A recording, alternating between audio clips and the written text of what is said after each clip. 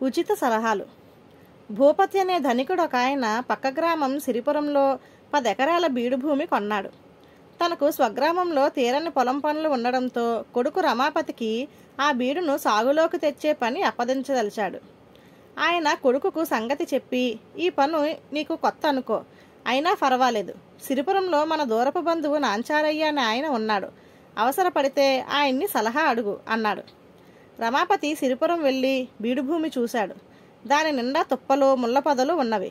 వాటిని కొట్టించడానికి ఎందరు కూలీలు అవసరమని అతడు ఆలోచిస్తున్నంతలో గ్రామస్తుడు ఒకడు అక్కడికి వచ్చాడు.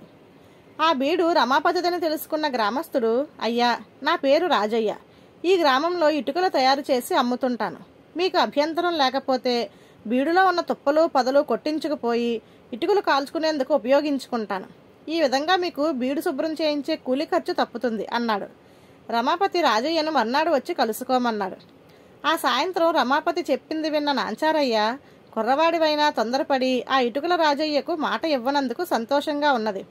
ఇక్కడ ఈ ఇటుకల వ్యాపారం చేసేవాళ్ళు చాలామంది ఉన్నారు. కట్టెలకు మహా గిరాకీ అనుకో. నువ్వు ముందు కూలీలను పెట్టి తుప్పలు పొదలు నరికించు, అవి ఎండాక చాలా లాభసాటిగా అమ్ముకోవచ్చు అని సలహా ఇచ్చాడు.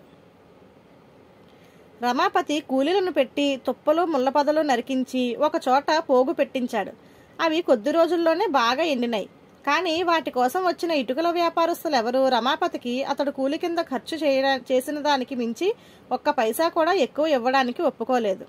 ఈ చుట్టుపక్కల అంతా కొండ ప్రదేశం కదా, కూలీ వాళ్లను పిలుచుకు వచ్చే శ్రమ పడగలిగితే కట్టెలకు కొదవే ఉండదు. ఆ పని మీరు చేయించారు కనుక ఆయన కూలీ డబ్బు ఇస్తామంటున్నాము అన్నారు ఇటుకల వర్తకులు. ఇప్పుడు ఏం చేయడమా అని రమాపతి ఆలోచిస్తున్నంతలో వారం 10 రోజులు గడిచి తొలకరి వానలు ప్రారంభమయ్యాయి. నరికి బీడులో ఒక పక్కగా కుప్ప వేయించిన కంప అంతా పూర్తిగా తడిసిపోయింది. రమాపతి వాటిని దూరంగా పారవేయించేందుకు బాడుగ బండ్ల వాళ్ళని అడిగితే 100 రూపాయలు ఇవ్వమన్నారు. ఈ సంగతి తెలిసి నాంచారయ్య బల్లవాళ్లను గట్టిగా కోప్పడి రమాపతితో, నా సలహా ప్రకారం చెయ్యి, ఈ బల్లవాళ్ళందరూ ఆశబోతు వెధవలు, నాకు తెలిసిన వేరే బండివాడు ఒకడున్నాడు, వాడు కాస్త తాగుబోతు అంతే, ఒక్క 10 రూపాయలు వాడి చేతిలో పెడితే ఈ చెత్తా చెదారం అంతా దూరంగా పారేస్తాడు అన్నాడు. రమాపతి ఆ బండివాడికి 10 రూపాయలు ఇచ్చి వారం రోజుల్లో వస్తానని నాంచారయ్యకు చెప్పి స్వగ్రామం వెళ్ళాడు. వారం తర్వాత రమాపతి తిరిగి రాగానే గ్రామ మునసబు నుంచి అతడికి కబురు వచ్చింది. రమాపతి వెళ్ళాడు. మునసబు అతడికి మర్యాద చేసి కూర్చోబెట్టి, నాయనా రమాపతి, నువ్వు చేయించిన పనేం బాగాలేదు. నీ బీడులోని తుప్పలు పొదలు నరికించి పక్కవాగులో పారవేయించావు. మొన్నటి వర్షాలకు అవి కొట్టుకు వచ్చి చెరువు తూముల ముందు మేట వేశాయి.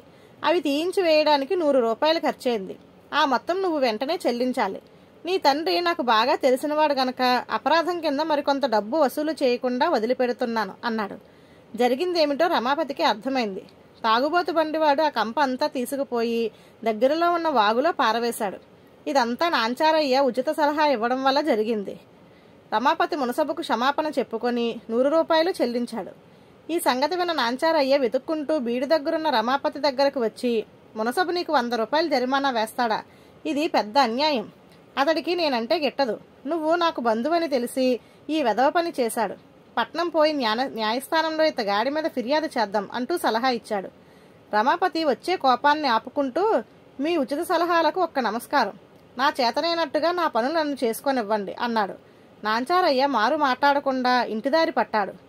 తాను దమ్మిడి ప్రతిఫలం తీసుకోకుండా ఉచితంగా సలహాలు ఇవ్వడం వల్లనే రమాపతి దృష్టిలో వాటికి విలువ లేకుండా పోయిందన్న అనుమానం అతడికి కలిగింది. ధన్యవాదాలు.